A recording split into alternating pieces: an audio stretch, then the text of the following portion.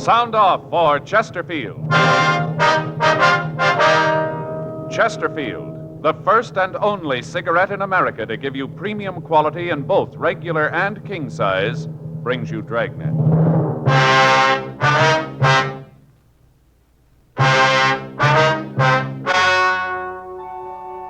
Ladies and gentlemen, the story you are about to hear is true. The names have been changed to protect the innocent.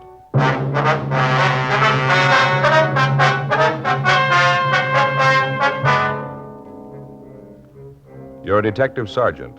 You're assigned to forgery detail. 2 men have been passing bad checks in your city. You have descriptions of both of them. You know the names on the checks. Your job, get them. First, we read you the 6 months report, then the 8 months report. Now, here is 10 full months of scientific evidence on smoking Chesterfields. A medical specialist is making regular bi-monthly examinations of a group of people from various walks of life. 45% of this group have smoked Chesterfields for an average of over 10 years. After 10 full months, almost a year now, the specialist reports he observed no adverse effects on the nose, throat, and sinuses of the group from smoking Chesterfield. That's the report. And Chesterfield is the first and only premium quality cigarette throughout, in both regular and king size. Fine tobaccos, the world's best, kept tasty and fresh, wrapped in the finest cigarette paper money can buy.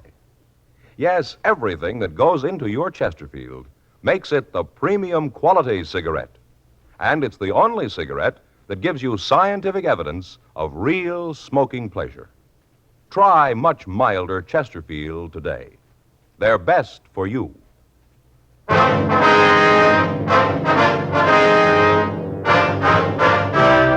Dragnet, the documented drama of an actual crime.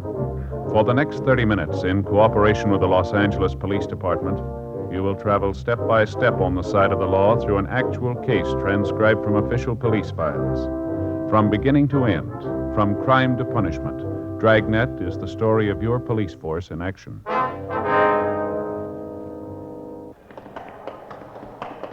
It was Thursday, April 8th. It was windy in Los Angeles. We were working the day watch out of forgery detail. My partner's Frank Smith. The boss is Captain Welsh. My name's Friday.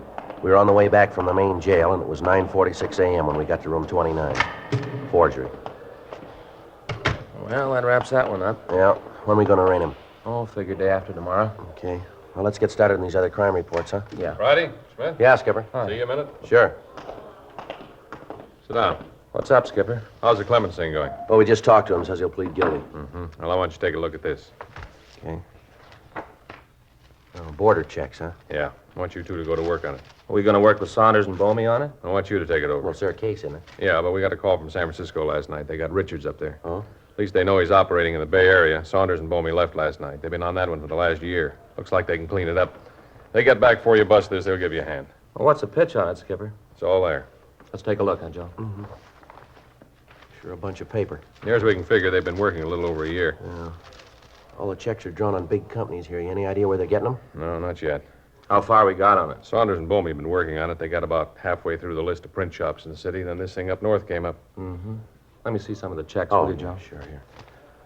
You got rubber companies, oil companies, department stores, aircraft. How about the ID when they pass them? The works, driver's licenses, social security cards, lodge cards. Looks legit enough. Been a lot of people taken. Descriptions always match, do they? Close enough, yeah. Now and then there's a little difference, but they all match up close enough. Still using the same bad border. Uh-huh. You notice that even though they changed the name of the company on the check, changed the heading all around, they use the same border on all of them. Yeah, I see. Look, there in the lower left-hand corner. See? Yeah. Plate's broken. Little break in the border. All the checks they pass have the same thing. Yeah, well, you wouldn't notice it unless you're really looking for it, would you? Well, that's it. All the reports are there. Everything that's been done. It's in your lap now. Need anything, let me know. Right. Okay, Skipper, we'll get right on it. Well, from the package here, sure looks like they're scoring good, doesn't it? How much they gotten? Well, let's see. Figures about $70,000. All the bulletins we put out. Know the people you cash checks for. Yeah, 70,000. It's a lot of money, isn't it? sure is. If people would just read those bulletins. They never learn, huh? 10:02 a.m. We started through the package. The check forgers had been working for over a year. They'd passed phony checks all over the southern part of the state. The amounts on the checks varied from $50 to $275. They carried 10 different endorsements. The names and signatures had been run through our files, but we'd gotten no identification. The writing had been checked by Don Meyer, but there were no examples in the files that matched. During the next 2 days, we finished canvassing the print shops in the area in an attempt to find where the bad checks were being printed. We came up with no new information. Additional circulars were gotten out to all stores and check cashing agencies in the area, giving the description of the two men and lists of the companies the checks had been drawn upon. Photographs of the checks pointing out the border defect were also distributed. 2 weeks went by. No results.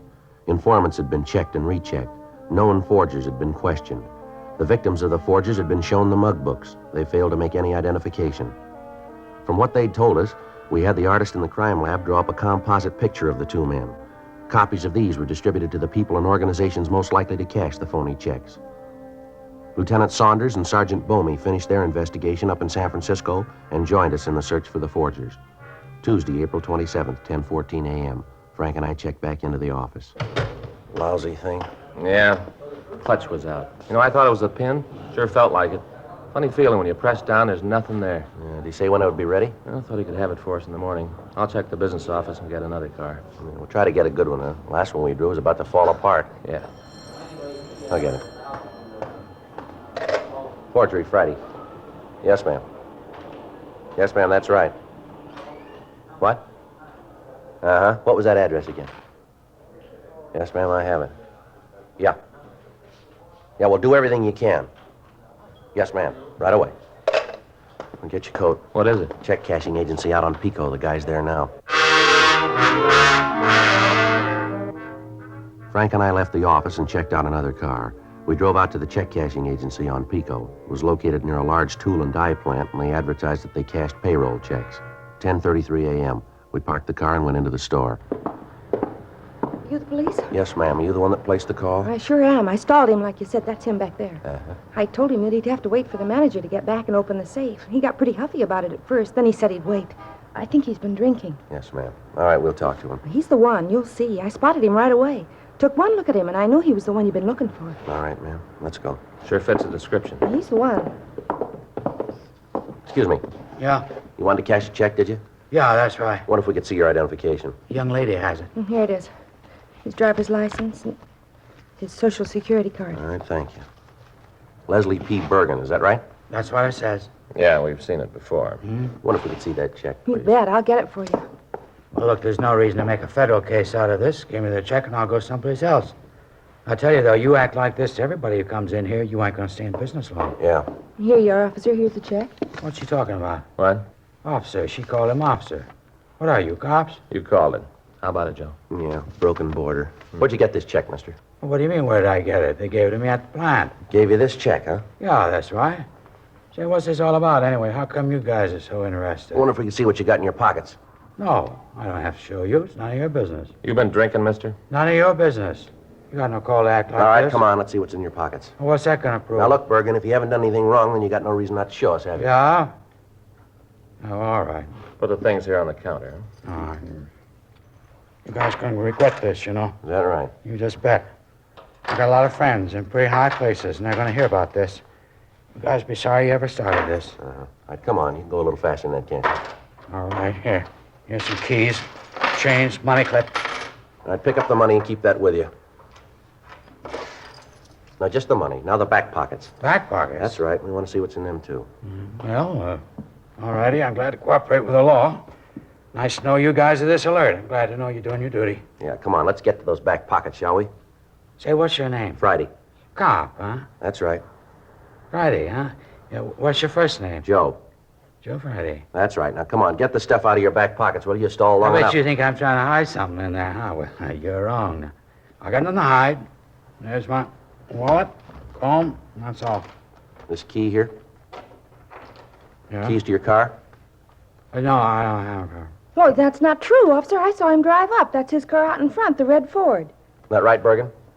Well, now, maybe it is, and then maybe again it isn't. You want to check on it, Frank? Yeah. Here's the keys.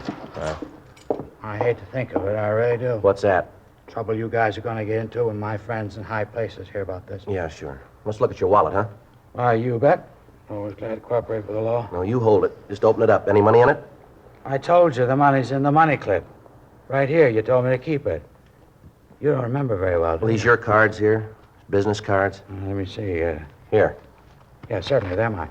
Leslie Paul Bergen, business advisor. I thought you said you worked at the plant. Part-time job.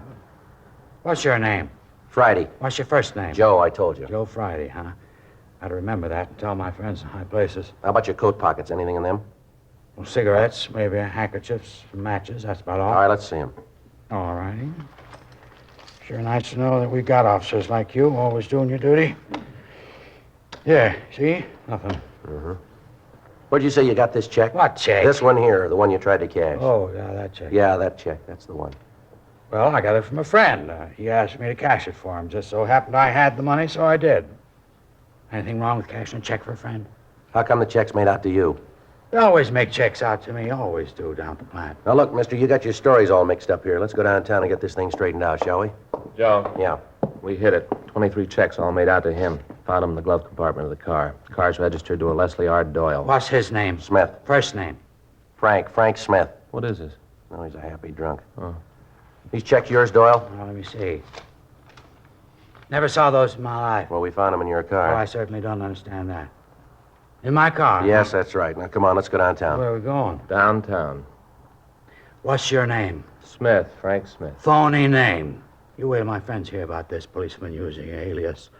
My friends are going to hear about this, you know. Yeah, sure. Ah, in high places. 10:57 a.m. The suspect admitted that his true name was Leslie Doyle and that the car belonged to him. We took him to the city hall. Frank ran the name through R&I, but we got no make on him. His prints were rolled, but there was no record on him. A communication was gotten off to George Brereton, CII Sacramento, and one was sent to Washington. 11:30 a.m. We took him to the interrogation room to question him. I told you, I don't know where the checks came from. They were found in your car. So they were found in my car. That mean they're mine? Looks like you had something to do with it. They all were made out to you, the phony ID you got there. Well, maybe it's a joke. Maybe it's somebody's idea of a gag. Well, huh? that's not very funny, is it, Doyle? Well, you don't have to tell me. Say, you got another aspirin, my head's coming apart. Frank, you know. Yeah. Here. Yeah, thanks. Got some water? I'll get some for you. No, never mind. I'll take it without. Thought you might have a tap here. What? Sure. You turn it on and let it drip, and then you don't give people none until they answer your questions. Yeah, sure. You take pills like I do, you get to the point where the only important thing is to get them in your stomach. All right. Now, how about the checks, huh? I told you 100 times I don't know anything about them. Then maybe we better fill you in, huh? Yeah, go ahead. I like to hear. We got you for trying to pass a check this morning, didn't we? You want to cop out to that? So maybe one check. Like I said, that's no crime. I cashed it for a guy. Maybe it was the same guy who planted the other ones in my Oh, why don't car. you come off it, Doyle? Let's stop playing games here. We made you for the forgeries, and you know it. Your description matches the one we got. You turn up with 23 checks made out to you, all drawn on different companies. The border on the checks matches the ones we're looking for. We got witnesses who identify you. Now, why not save a lot of time and admit it? Come on, Doyle. Doyle? Don't look like there's any other way, does it? Not from here. Well, if I cop out, will it help any? What do you mean? Like you said, now let's stop playing games. Will it help me out any? You're liable for 1 to 14 on each count. If I help? All we can do is see that it's marked down that way. That's all? That's all. Well, then I got nothing to lose by not talking. That's the wrong way to look at it. You guys haven't come up with any other way? We don't make deals, Doyle. You know that. Well, all right. I'll play it that way, too. Now, let's get this 510, huh? Your true name, Leslie Richard Doyle? Yeah? Charge, suspicion 470 PC, forgery, April 27. Where do you live, Doyle? I told you once. Well, tell us again, would you? 19,540 North Edge Hill Avenue. Is that a private home? Oh, it's apartment. What's the number? Say, you got another aspirin. This headache's the worst one I ever had. Don't worry, they're going to get worse. We continued to talk to Doyle. He told us that he'd come from back east about a year and a half ago. He said that he'd never been arrested and he had no record. He refused to tell us who his confederate was in the forgery operation, and he told us that we'd get no help from him in proving that he was mixed up in it. We booked him at the main jail, and then we got in touch with Lieutenant Saunders and Sergeant Bomey. Together with them, we arranged a special show-up. The victims of the forgers were asked to be present, and 12 of them gave us a positive identification of Doyle as the man who'd victimized them. The others said that he was not the man. When confronted with this information, Doyle confessed to being one of the men involved, but he still refused to name his accomplice. A week went by. Each day we questioned Doyle. Gradually, we pieced together a picture of their operation. Doyle still refused to tell us where we could find his partner. The kickback from Washington and Sacramento arrived, but gave us no new information. All known friends and associates of Doyle were checked out. From them, we found out that Doyle did work with another man, but that none of the witnesses could identify him. The rumble was that the two men had split up because of Doyle's drinking. We were able to get little other information on the missing partner. Wednesday, May 5th, 11:40 a.m. Frank and I checked into Captain Welsh's office. How about it? No, nothing, Skipper. He says that he knew Doyle, but he doesn't know the other man. Any of the other leads pan out? No, none of them. Where do you go from here? Well, talking to Doyle's friend, we found out they used to hang out down there on Wilshire and Olympic. You know that area down there? Yeah. Well, Frank and I have been talking it over. Looks like about the only way to bring him out is to go looking for him. Well, so you guys go down there, huh? Well, we checked on that. The bunch down there aren't too chummy. They don't talk to strangers much, so we figured that maybe the best idea would be for one of us to go undercover. Maybe pose as a thief, buy our stolen goods, something like that. We might get a line on them that way. Yeah, might work. Well, not much choice now. We've tried about everything else. Well, which one of you is going to do it? Well, I thought maybe I'd be the one. No, I don't know if that's such a good idea. Why not, Skipper? Joe took the last one. Yeah, but didn't you work that area when you were in Vice? Yeah, but that was a couple of years ago. Still might be some people down there who remember you. You better take this one on Friday. All right. When do you figure to start? I thought in the morning. Okay, work out the way you're going to keep in contact. All the details will give you the help you need to swing it. Right, Skipper. I don't know, Joe. Seems like you're always the one to draw this duty. Ought to be my turn sometime. I'll trade with you.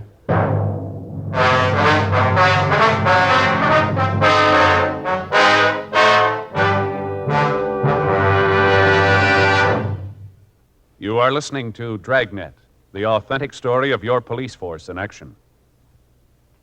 Smokers all over America are changing to Chesterfield because Chesterfields are premium quality throughout in both regular and king size. King-size Chesterfield contains tobaccos of better quality and higher price than any other king-size cigarette. That's certainly important to every king-size smoker. Of course, it's the same fine tobacco as in regular Chesterfield. There's absolutely no difference, except that king-size Chesterfield gives you more than a fifth longer smoke. So remember, the modern way to sell cigarettes is the Chesterfield way.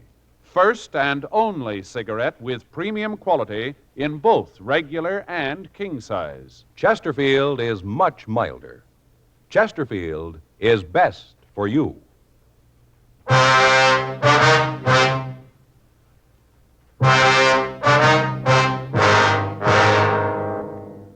Thursday, May 6th, 9:30 a.m. I left my apartment and went down to the vicinity of Wilshire and Olympic. I spent an hour wandering around the bars in the area, and then I checked into a small hotel down on South Hill.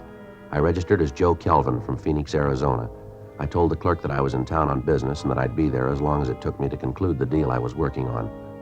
I spent the afternoon in a bar on 4th Street, and I got friendly with the bartender. I asked him if he knew Leslie Doyle, and he told me that he'd seen him around, but that he didn't know him very well. I asked if he'd ever seen Doyle with another man. He said that he had, but he didn't know who he was. The bartender went on to say that the two men had frequent arguments and that they usually ended up with the other man walking out and Doyle going on a drunk. He told me that I might be able to get some additional information on the man in a cafe over on 5th Street. I spent the next 3 days wandering around that area, eating my meals in the restaurant. At the end of that time, I had no new leads. Frank, Saunders, and Bomey were still working on the case, and Frank told me that the bad border check passing was still going on. Further conversations with Doyle netted them nothing. At the end of a week, I'd gotten to know one of the waitresses at the restaurant, and she indicated that she knew Doyle's partner, that she knew him merely as Mac. She was unable to tell me where I could find him. I got in touch with Frank Smith, and he ran the name through the moniker file in R&I, but he got no make.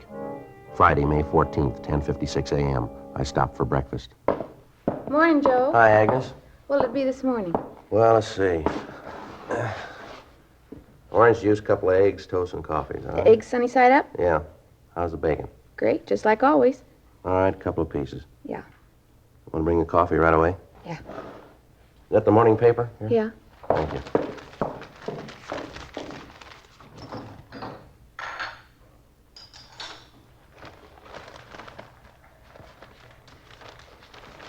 What happened to the sports page? Here. You don't look good this morning. Bad night? Yeah. I had trouble getting to sleep last night. Mm-hmm. How's the deal coming? Oh, all right. I should wind it up in a couple of days. What business you in, anyway? Oh, you could call me kind of a broker, I guess. That right? Yeah.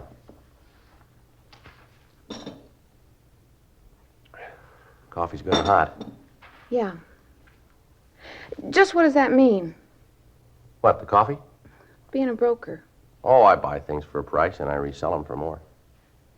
Things you buy. They hot? Well, why do you ask that? Just wondered. Rumbles around that you're in town buying stolen stuff. Is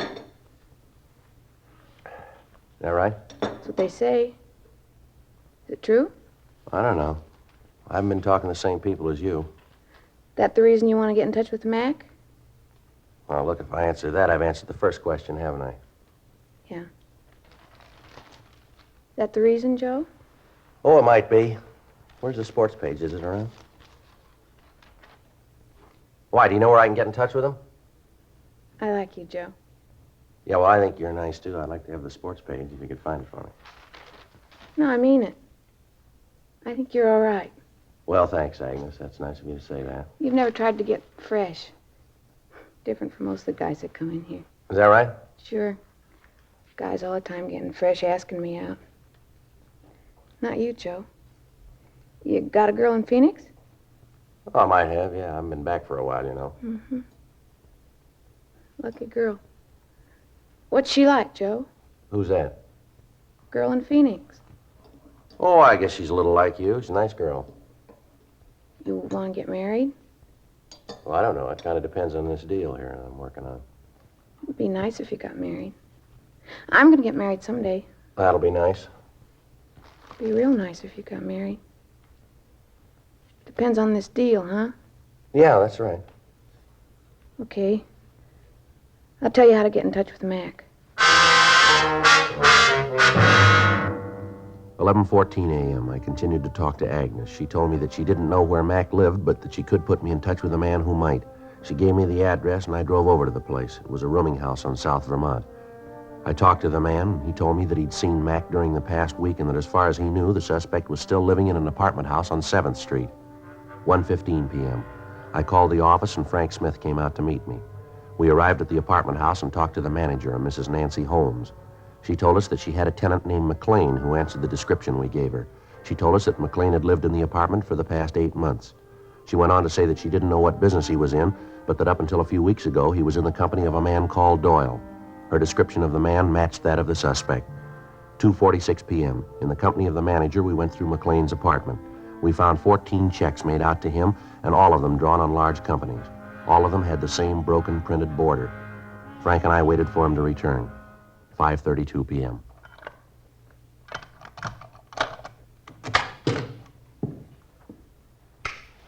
What are you doing here? Your name Gene McLean? Yeah, who are you? Police officers. These checks here. Where'd you get those? On the desk over there.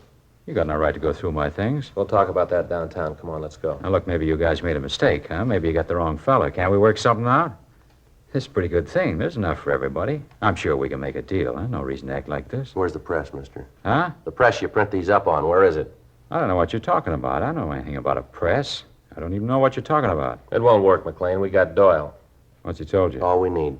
Well, then he's told you where the press is, too. We're asking you about that, mister. Well, like I said, I don't know what you're talking about. You drive a car, McLean? Yeah. Where'd you park it? On the street. No garages in this crummy place. No, that's not true, Mr. McLean. Oh, keep your nose out of this. You've been spouting off too much already. That's not true, Mr. McLean. I heard everything from the hall. These officers asked me some questions, and I answered them. Police have never given me any trouble. 10 years I've been managing this place. Never had no trouble before. Now you come in here and louse things Oh, up. turn it off. Come on, let's get out of here. Now, you just wait a minute. Come in here and call this a crummy place. You didn't know I heard you, did you? Well, I did. Listen, officer, he's lying when he says he doesn't have a garage.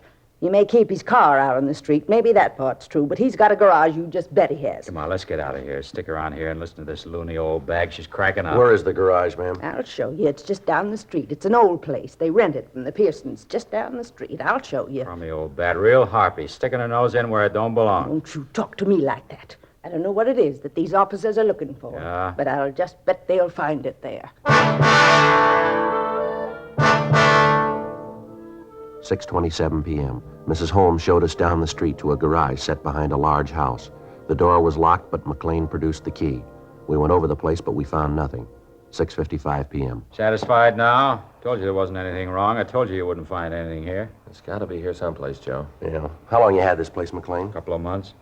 Well, we can check the owner on that. Aren't you guys ever going to give up? You maybe got me in custody, but that don't mean you're ever going to be able to prove anything. I think maybe we'll be able to. Joe, Yeah. take a look here. On the floor. Mm-hmm. Look here, see the old wooden floor, and most of the nails are all rusted over. And right here, they look pretty new. Looks like the wood's been moved. Mm-hmm. How about this, McLean? I don't know what you're talking about. Grab that hammer, will you, Frank, over there? Yeah, sure. Here you go. All right. Now maybe we can take a look. Guys, you're wasting your time. You know that, don't you? Yeah, well, it's our time. Don't you worry about it. You want to give me a hand here, Frank? Yeah. All right. You got it? I got it. All right. It's all dug out down there. Yeah. Let's take a look. There's something down there. How about this, McLean? I don't know what you're talking about. The press, huh? Yeah. Wait a minute. Package over here. Let's see what's in it. Look, you got no right to come in here and tear up the place. I'm going to see a lawyer about this. How about it, Joe? Yeah. Printing press. Take a look. Engraver's plates. Look, here's the broken border. Yep. All right, McLean, let's go. You just wait. My lawyer's going to hear about this. Is that right? Yeah, you bet it's right. Come in here, tear up the floor. You got no warrant, you got no right. Sick of being shoved around by you guys. You haven't got any beef, McLean. I'll decide that. No, you're wrong. Huh? man. Somebody else is going to do that.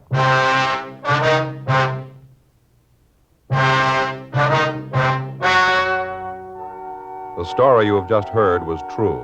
The names were changed to protect the innocent. On August 25th, trial was held in Department 89, Superior Court of the State of California, in and for the County of Los Angeles. In a moment, the results of that trial. Now, here is our star, Jack Webb. Thank you, George Fenneman. Friends, here are two important things to remember. Everything that goes into your Chesterfield makes it the premium quality cigarette, and it's the only cigarette that gives scientific evidence of real smoking pleasure. Try much milder Chesterfields today. They're best for you.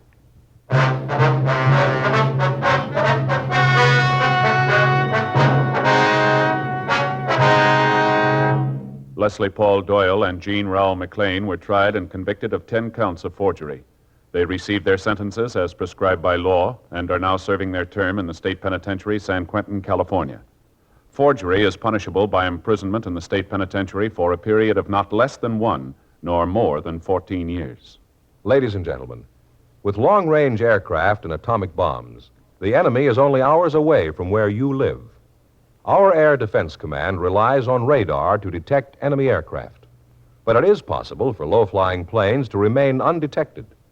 You can help defend America by volunteering for the Ground Observer Corps, a group of civilian men, women, and teenagers who report the presence and activity of aircraft. For information, write or phone your nearest Civil Defense Center.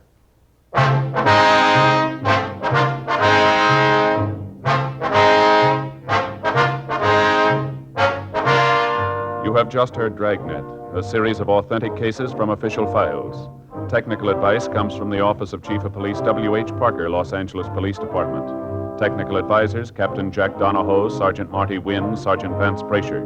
Heard tonight were Ben Alexander, Art Gilmore, Whit Connor.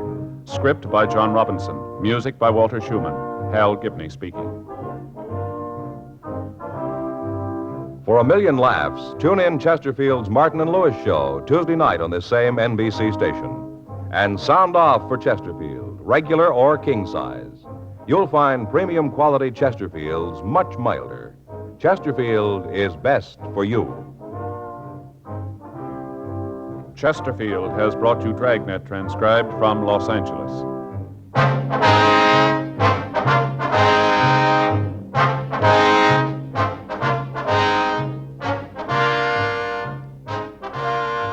Tonight, it's Adventure with Barry Craig, confidential investigator on NBC.